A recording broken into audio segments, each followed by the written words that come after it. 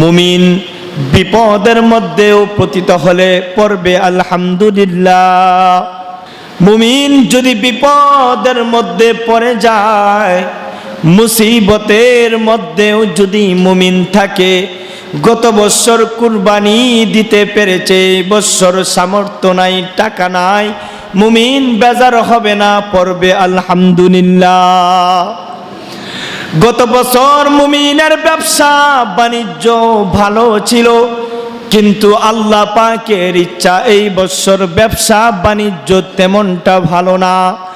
গত বছর ব্যবসার মধ্যে লাভ হয়েছিল, কিন্তু মালিকের ইচ্ছা এই বছর ব্যবসার মধ্যে লাভ হয় না।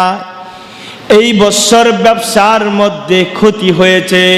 ক্ষতি হলেও মুমিনের জবানের মধ্যে একমাত্র আল্লাহ পাকের শুকর থাকবে।